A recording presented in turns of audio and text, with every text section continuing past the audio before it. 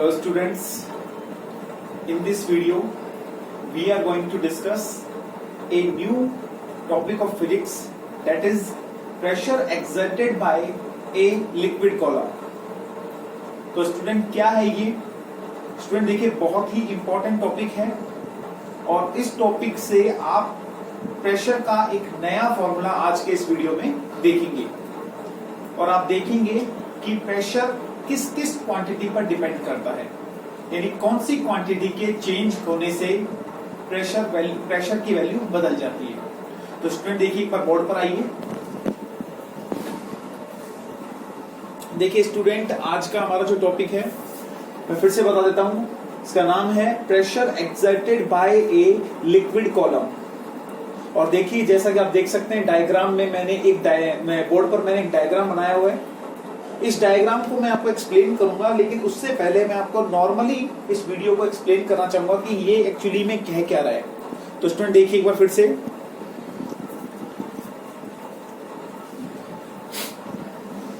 देखिए student pressure exerted by a liquid column. तो student देखिए सबसे पहले आपको समझना पड़ेगा कि ये कॉलम वर्ड क्या है, ये कॉलम क्या है, जो ये बार बार इस टॉपिक में आया है, ये कॉलम क्या है। तो उसके लिए स्टूडेंट एक बार देखिए, मान लीजिए स्टूडेंट ये आपके पास कोई कंटेनर है, कोई वेसल है, समझ रहे हैं स्टूडेंट।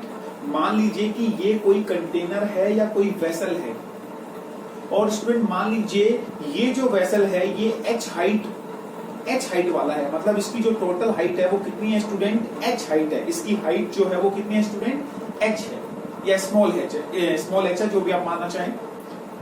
और मैं मान लेता हूं स्टूडेंट जो ये कंटेनर है इसका जो एरिया है, इसका जो बॉटम है, इसका जो बॉटम एरिया है, मतलब जो ये है, ये जो पार्ट है इसका बॉटम पार्ट जो है, ये नीचे वाला, ये वाला, इसका एरिया ए है स्टूडेंट। कितना है इसका एरिया, ए। फिर से देख लीजिए स्टूडेंट कि ये कंटेनर है जिसकी हाइट h है और इसका एरिया a है। अब स्टूडेंट जो क्योंकि एक कंटेनर है तो हमें पता है कि इस कंटेनर के अंदर कुछ ना कुछ लिक्विड इजीली आ सकता है, हम इसके अंदर कुछ ना कुछ लिक्विड डाल सकते हैं। कितना लिक्विड डाल सकते हैं स्टूडेंट, हम इसके अंदर इसका जो ये अंदर का वॉल्यूम है उतना लिक्विड इसके अंदर डाल सकते हैं। तो आप देखिए मैं आपको टिल्ट करके दिखाता हूं, इसका मतलब आप देख सकते हैं इसके अंदर ये जो है, ये जो पार्ट है यहां से लेकर ये जो पूरा पार्ट होगा जो इसके अंदर भरा जाएगा, यानी कि यहाँ इसके टॉप से लेकर और इसके नीचे यहाँ बॉटम तक का, यहाँ टॉप से लेके इसके अंदर मानिए आप यहाँ इसके टॉप से लेके और इसके बॉटम तक का जो होगा वो पूरा एक कॉलम बनाएगा स्टूडेंट। क्या बनाएगा, एक पूरा कॉलम बनाएगा। यानी कि जब आपको लिक्विड इसके अंदर भरेंगे, वो लिक्विड आप इसके अंदर डालेंगे तो होगा क्या स्टूडेंट, होगा ये कि जो लिक्विड आप इसके अंदर डालेंगे, इस कंटेनर में जो लिक्विड आप डालेंगे वो इसके बॉटम पार्ट पर जो कि कितना एरिया वाला है स्टूडेंट, वो ए एरिया वाला है। तो वो लिक्विड जो आपने डाला है वो इसके बॉटम पर क्या लगाएगा स्टूडेंट, बहुत ही इजी है स्टूडेंट, वो इसके ऊपर एक फोर्स लगाएगा। जो लिक्विड आप इसके अंदर डालेंगे वो इसके अंदर क्या लगाएगा स्टूडेंट, इस एरिया पर क्या लगाएगा, वो इस एरिया पर फोर्स लगाएगा। मतलब उस लिक्विड का कुछ ना कुछ वेट होगा और वो वेट उसको दबाएगा। इतना आप जानते हैं, इतना पढ़ चुके हैं। और स्टूडेंट वो वेट, उस वेट या उस फोर्स की वजह से, देखिए स्टूडेंट फिर से बोल रहा हूं, वेट और फोर्स एक ही चीज होती है, वेट भी एक तरीके का फोर्स है।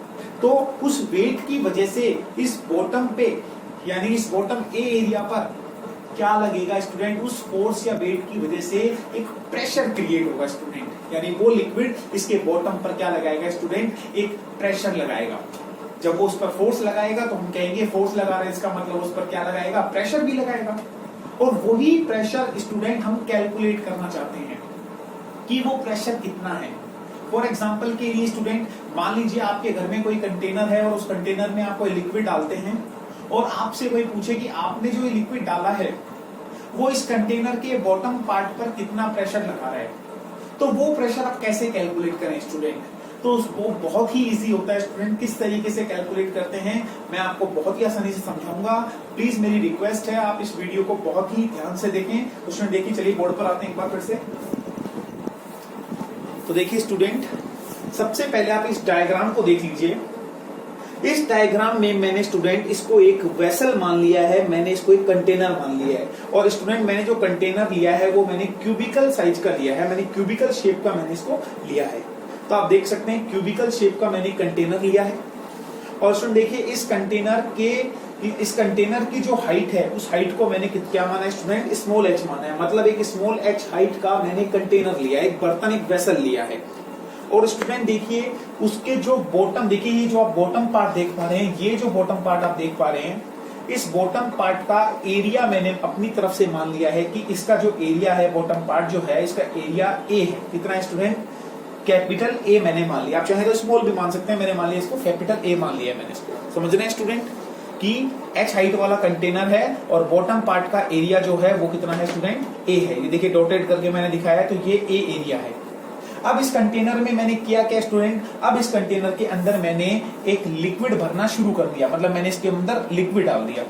तो स्टूडेंट होगा क्या, जब आप इसके अंदर लिक्विड डालेंगे तो वो लिक्विड क्या करेगा, इस बॉटम पार्ट को दबाएगा, इस पर एक फोर्स लगाएगा।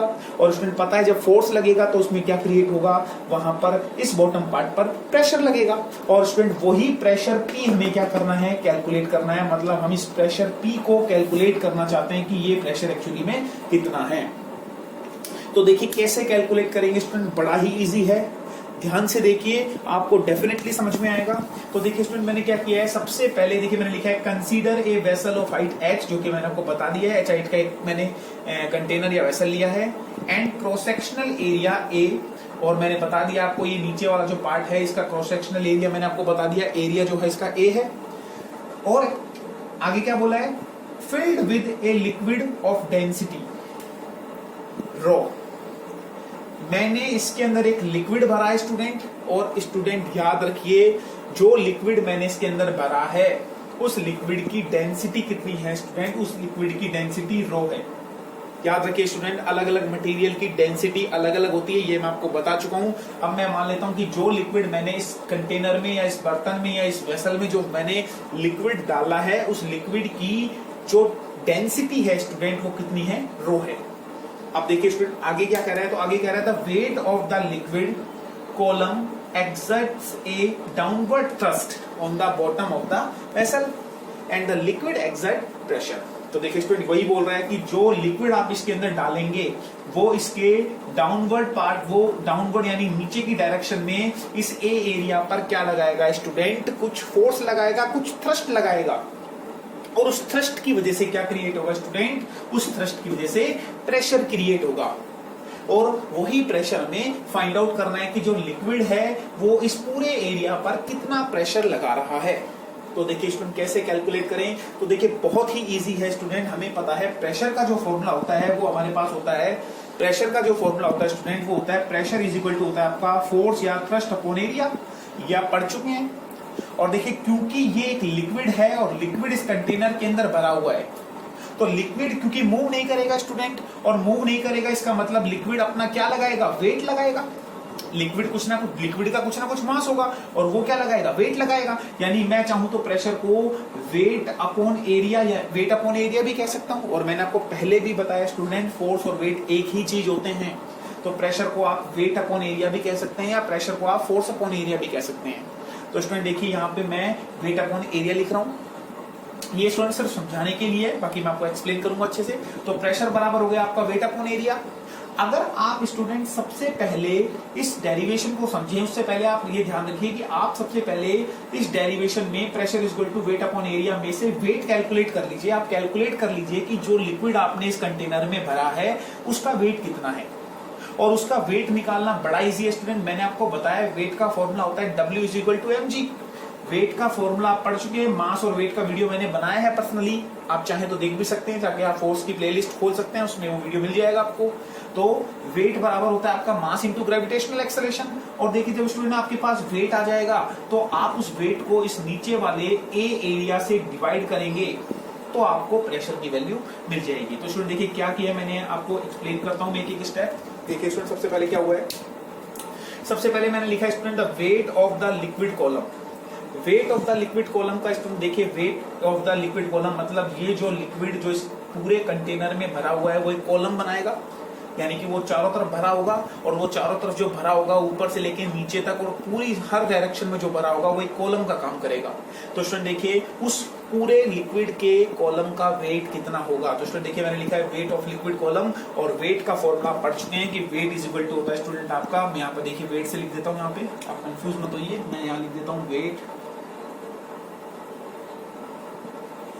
Is equal to mass of liquid into gravitational acceleration, क्योंकि मैंने लिक्विड भरा है तो लिक्विड वेट लिक्विड का मास होगा, और स्टूडेंट ग्रेविटेशनल एक्सेलरेशन वेट का मैंने फॉर्मूला लिख दिया, या पढ़ चुके हैं वेट बराबर mg होता है। तो देखिए स्टूडेंट अगले स्टेप में मैंने इसको सिंबल की फॉर्म में लिखा है w बराबर m इंटू जी।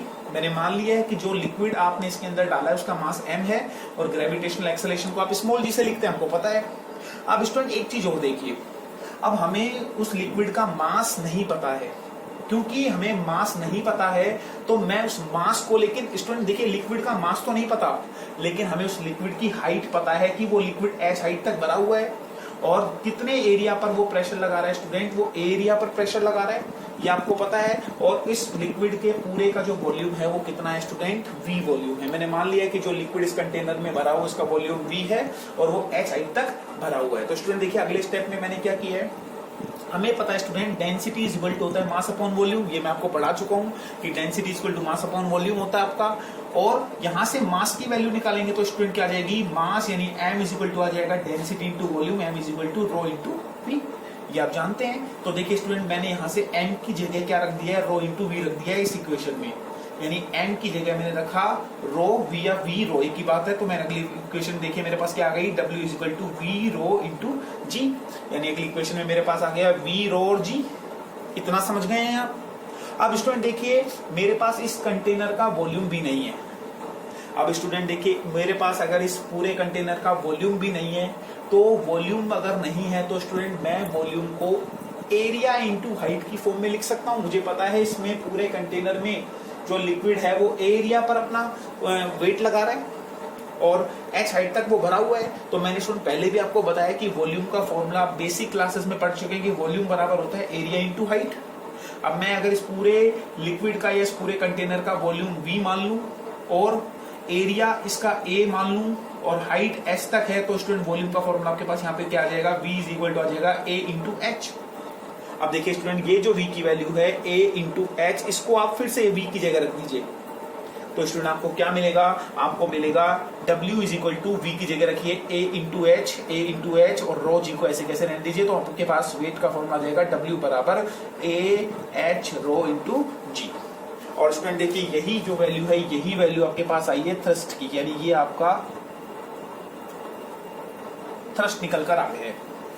अब आपको पता चल चुका है कि जो लिक्विड आपने इस कंटेनर में या इस वेसल में जो भरा है, उस लिक्विड का जो थ्रस्ट है, यानी वो जो लिक्विड है वो कितना थ्रस्ट लगा रहा है, वो थ्रस्ट लगा रहा है आपका स्टूडेंट कितना, a h rho into g। अब देखिए आगे स्टूडेंट मैंने क्या किया, अब आपको पता है कि अब आप थ्रस्ट निकाल चुके हैं, लेकिन हमें वैल्यू किसकी कैलकुलेट करनी है, हमें वैल्यू कैलकुलेट करनी है स्टूडेंट प्रेशर की। तो प्रेशर की वैल्यू कैसे आएगी स्टूडेंट, देखिए pressure exerted by the liquid column on the bottom of the vessel, यानी ये जो लिक्विड इस कंटेनर में भरा हुआ है वो इस बॉटम पर कितना प्रेशर लगाएगा, क्योंकि हमें देखिए स्टूडेंट हमें यहाँ पे थ्रस्ट से मतलब नहीं था, हमें प्रेशर कैलकुलेट करना था। तो प्रेशर कैलकुलेट करना था इसलिए पहले हमने थ्रस्ट निकाला।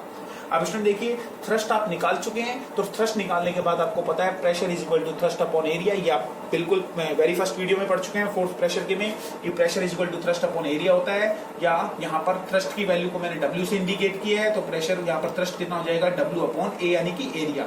और देखिए स्टूडेंट आगे W की वैल्यू मैंने यहाँ से रखी, A H रो जी जो आपने निकाली थी, कैलकुलेट करी थी, तो A H rho g value को आपने यहाँ रखा डिवाइडेड बाय एरिया, और एरिया स्टूडेंट अब भी A है, तो ये A से A कैंसिल हो जाएगा, और आपके पास जो फाइनल इक्वेशन प्रेशर की आएगी स्टूडेंट वो क्या होगी, प्रेशर इज इक्वल टू होगा आपका H रो G। तो स्टूडेंट देखिए प्रेशर की आपके पास फाइनल इक्वेशन आ गई है, pressure is equal to height of the liquid column into density of the liquid into gravitational acceleration. Student ध्यान रखिए H यहाँ पर हाइट ऑफ द कॉलम है, रो यहाँ पर डेंसिटी ऑफ द लिक्विड है, और G यहाँ पर ग्रेविटेशनल एक्सेलरेशन है। अगर आप चाहें तो मैं इसको एक अलग से भी लिख देता हूँ, देखिए मैं यहाँ साइड में लिख देता हूँ, एक बार देख लीजिए आप।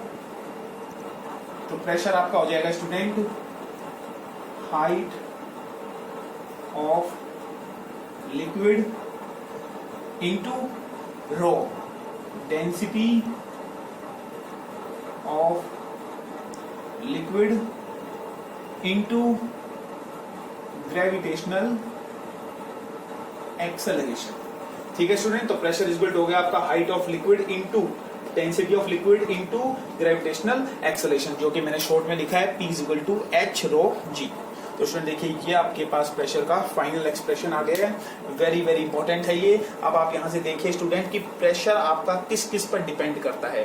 तो स्टूडेंट देखिए प्रेशर आपका 3 चीजों पर डिपेंड कर रहा है। पहला है कि कितनी हाइट तक वो लिक्विड भरा हुआ है, यानी हाइट ऑफ द कॉलम कितना है स्टूडेंट। तो पहला डिपेंड करता है आपका height of the liquid column पर। प्रेशर किस पर डिपेंड करेगा student, height of the liquid column पर। इसका मतलब क्या स्टूडेंट, देखिए फॉर्मूले में जो तीनों क्वांटिटीज हैं वो इक्वल टू में है, यानी वो 1/, में नहीं है, वो डायरेक्टली प्रोपोर्शनल है। तो इनमें से अगर स्टूडेंट एक भी क्वांटिटी बढ़ेगी या इंक्रीज होगी तो प्रेशर आपका क्या होगा, ऑटोमेटिकली क्या हो जाएगा, इंक्रीज हो जाएगा। और अगर एक भी क्वांटिटी इनमें से क्या होती है, डिक्रीज होती है, तो आपका प्रेशर भी क्या हो जाएगा स्टूडेंट, डिक्रीज हो जाएगा। तो इसका मतलब हम कह सकते हैं कि प्रेशर आपका 3 चीजों पर डिपेंड करता है। एक तो हाइट ऑफ द कॉलम पर, दूसरा जो आपने लिक्विड डाला है कॉलम में, जो लिक्विड भरा है उस पर, यानी डेंसिटी ऑफ द लिक्विड पर, और तीसरा ग्रेविटेशनल एक्सेलरेशन पर। देखिए स्टूडेंट यहाँ पर मैंने सिर्फ 2 ही चीजें लिखी हैं। यहाँ पर तीसरा यानी कि ग्रेविटेशनल एक्सेलरेशन मैंने इसलिए नहीं लिखा है क्योंकि हम जो सारी कैलकुलेशन करते हैं वो अर्थ पर ही करते हैं। तो अर्थ पर जब हम कैलकुलेशन करते हैं तो स्टूडेंट जी की वैल्यू ऑलमोस्ट कांस्टेंट होती है, लगभग सभी जगह पर जी की वैल्यू ऑलमोस्ट कांस्टेंट ही है। वो अलग बात है कि जब ग्रेविटेशनल एक्सेलरेशन की अगर हम बात करते हैं तो हाइट के अकॉर्डिंग थोड़ा बहुत चेंज हो जाता है। लेकिन स्टूडेंट देखिए हम इतनी हाइट पर कैलकुलेशन करते नहीं है, तो हम कह सकते हैं जनरली जी की वैल्यू क्या हो जाएगी आपकी यहाँ पर, कांस्टेंट हो जाएगी। इसलिए मैंने यहाँ पर लिखा है कि प्रेशर आपका 2 चीजों पर डिपेंड करेगा, height of the liquid column पर और दूसरा डेंसिटी ऑफ द लिक्विड पर। तो स्टूडेंट देखिए ये आपको अच्छे से समझ में आ गया कि ये प्रेशर का फॉर्मूला आपका किस तरीके से आता है। तो ये एक्सप्रेशन आपको हमेशा याद रखना है, प्रेशर इज इक्वल टू होता है आपका H rho और G, और ये किस तरीके से आता है ये मैंने आपको एक्सप्लेन किया। स्टूडेंट देखिए एक छोटी सी चीज मैं आपको और एक्सप्लेन कर देता हूं, जो बच्चे डेफिनेटली कंफ्यूज होते हैं वो एक बार आप देख लीजिए। मैं इसको रफ कर रहा हूं, एक बार देखिए आप कि मैं आपको क्या समझाना चाह रहा हूं। वेरी वेरी इंपॉर्टेंट है, आपको इसको अच्छे से समझना है। देखिए स्टूडेंट, मान लीजिए कि ये आपकी अर्थ की सरफेस है, और इस अर्थ की सरफेस पर देखिए स्टूडेंट हमें पता है कि हम अर्थ की सरफेस पर रहते हैं, तो हमारे ऊपर एयर के पार्टिकल्स या मॉलिक्यूल्स पाए जाते हैं। ये अभी मैं आपको आगे एटमॉस्फेरिक प्रेशर में एक्सप्लेन करूंगा स्टूडेंट। या चलो मान लीजिए स्टूडेंट कि आप इस कंटेनर ही ले लीजिए, मान लीजिए कि ये कोई कंटेनर है और इस कंटेनर में स्टूडेंट मान लीजिए कि ये कोई एक लिक्विड भरा हुआ है। अब स्टूडेंट मैं आपसे ये पूछूं कि अगर इसके अंदर ये लिक्विड भरा हुआ है तो एक मैं पॉइंट बना देता हूं कि मान लीजिए एक पॉइंट ये है, मान लीजिए आपका एक पॉइंट जो है वो ये है, एक पॉइंट में मान लेता हूं स्टूडेंट ये है, और एक पॉइंट में मान लेता हूं स्टूडेंट अलग अलग ले लीजिए, कोई बात नहीं, यहां ले लीजिए, और एक पॉइंट में लेता हूं स्टूडेंट यहां ले लेता हूं। तो आप मुझे बताइए स्टूडेंट कि, और मैं इनको नाम दे देता हूं पॉइंट ए, पॉइंट बी और पॉइंट सी। तो आप मुझे बताइए स्टूडेंट कि प्रेशर सबसे ज्यादा कौन से पॉइंट पर लगेगा? क्या प्रेशर ए पर ज्यादा होगा, या प्रेशर पॉइंट बी पर ज्यादा होगा, या प्रेशर सी पर ज्यादा होगा? बताइए स्टूडेंट किस तरीके से करेंगे आप। तो स्टूडेंट देखिए, क्योंकि लिक्विड इसके अंदर डाला गया है तो पॉइंट ए, बी और सी सेम लिक्विड में है, तो डेंसिटी ऑफ द लिक्विड तो सबके लिए सेम हो जाएगी, यानी डेंसिटी ऑफ लिक्विड तो चेंज होने वाली है नहीं। डेंसिटी ऑफ लिक्विड तो सेम हो चुकी है सबके लिए, क्योंकि लिक्विड एक ही है तीनों पॉइंट के लिए। दूसरा स्टूडेंट ग्रेविटेशनल एक्सेलरेशन भी इसके लिए सेम ही रहेगा। तो स्टूडेंट तीसरा जो बचता है हमारे पास, वो तीसरा बचता है हाइट। तीसरा आपके लिए क्या बच जाता है स्टूडेंट? हाइट बच जाता है। ठीक है स्टूडेंट, तीसरा जो आपके लिए बचता है वो क्या मान लेते हैं हम? तीसरा जो बचा है वो क्या मान लेते हैं? वो बच गया हाइट। थोड़ा और बड़ा कर देता हूं स्टूडेंट, देखिए इसको। तो स्टूडेंट देखिए, आप एक चीज समझिए, बच्चे एक्चुअली में कंफ्यूज होते हैं कि वो बोलते हैं हाइट के बढ़ने से प्रेशर इंक्रीज होता है, और बिल्कुल सही है स्टूडेंट, हाइट बढ़ेगी तो प्रेशर आपका इंक्रीज हो जाएगा। प्रेशर क्योंकि डायरेक्टली प्रोपोर्शनल है हाइट के, तो हाइट इंक्रीज होगी तो प्रेशर भी इंक्रीज हो जाएगा। लेकिन स्टूडेंट अब आप सोच रहे होंगे कि हाइट इंक्रीज होगी तो इसका मतलब डेफिनेटली ए जो है वो सरफेस से ज्यादा हाइट पर है, इसका मतलब ए पर प्रेशर ज्यादा होगा। बी उससे थोड़ी ज्यादा हाइट पर है तो उस पर सबसे दूसरे नंबर पर होगा, और तीसरे सबसे कम प्रेशर जो होगा वो सी पर होगा। लेकिन स्टूडेंट आप गलत हैं, सबसे ज्यादा प्रेशर जो होगा वो सी पर होगा। अब आप सोचेंगे किस तरीके से? तो स्टूडेंट देखिए, आप सबसे पहले ये देखिए कि जो पॉइंट सी है वो सबसे नीचे है, इसका मतलब सी की जो हाइट है वो ये है। और मैं चलो मान लेता हूं स्टूडेंट सी की हाइट को मैं एच सी मान लेता हूं। और बी को देखिए स्टूडेंट, बी की हाइट ये है आपके लिए, यानी ये मैं मान लेता हूं एच बी। और देखिए स्टूडेंट जो ए की हाइट है वो ये है, यानी कि ये है एच ए। अब आप मुझे बताइए स्टूडेंट कि देखिए, चलो मैं ही बताता हूं आपको स्टूडेंट, देखिए ए जो है, पॉइंट ए जो है उसके ऊपर सिर्फ इतने पार्टिकल्स यानी कि इतना लिक्विड भरा हुआ है, यानी सिर्फ उसके ऊपर इतना लिक्विड प्रेशर लगा रहा है। बी के ऊपर स्टूडेंट देखिए इतना लिक्विड प्रेशर लगा रहा है, इतना लिक्विड प्रेशर लगा रहा है। और स्टूडेंट देखिए सी पर इतना लिक्विड प्रेशर लगा रहा है, इतना। यानी आप समझ गए होंगे कि जब हाइट बढ़ती है तो प्रेशर क्यों इंक्रीज होता है। स्टूडेंट देखिए आप ये मत सोचिए कि आप सरफेस से नीचे से हाइट मत लीजिए, डाउनवर्ड हाइट मत लीजिए आप स्टूडेंट, आप अपवर्ड हाइट लेंगे, मतलब आप ऊपर से नीचे की तरफ आएंगे। यानी आप यहां से देखिए स्टूडेंट कि यहां पर इस सी पॉइंट पर इतने लिक्विड के मॉलिक्यूल्स यानी पार्टिकल्स इस सी पॉइंट को दबा रहे हैं, और बी को सिर्फ इतने पार्टिकल दबा रहे हैं, जबकि ए को सिर्फ इतने पार्टिकल दबा रहे हैं। तो स्टूडेंट इस कंडीशन में प्रेशर ए जो होगा वो सबसे कम होगा, दूसरे नंबर पर प्रेशर बी होगा और तीसरे नंबर पर प्रेशर सी होगा। तो स्टूडेंट याद रखिए सबसे ज्यादा प्रेशर सी पर लगेगा, फिर प्रेशर बी पर लगेगा और तीसरे नंबर पर प्रेशर सी ए पॉइंट पर लगेगा। फिर से बोलता हूं स्टूडेंट, सबसे ज्यादा प्रेशर जो लगेगा वो सी पर लगेगा, यानी सी पर सबसे ज्यादा प्रेशर होगा। फिर स्टूडेंट सबसे दूसरे नंबर पर प्रेशर बी पर लगेगा क्योंकि उसकी दूसरी हाइट है, और सबसे कम प्रेशर ए पर लगेगा क्योंकि वो सबसे कम हाइट पर है। तो आई थिंक स्टूडेंट आपको इस वीडियो से प्रेशर का पूरा कॉन्सेप्ट क्लियर हो गया होगा। तो स्टूडेंट देखिए आप इस टॉपिक को अच्छे से घर पे एक बार पढ़िए, कोई भी आपके डाउट्स हैं मुझे आप कमेंट बॉक्स में पूछ सकते हैं student. Thank you so much.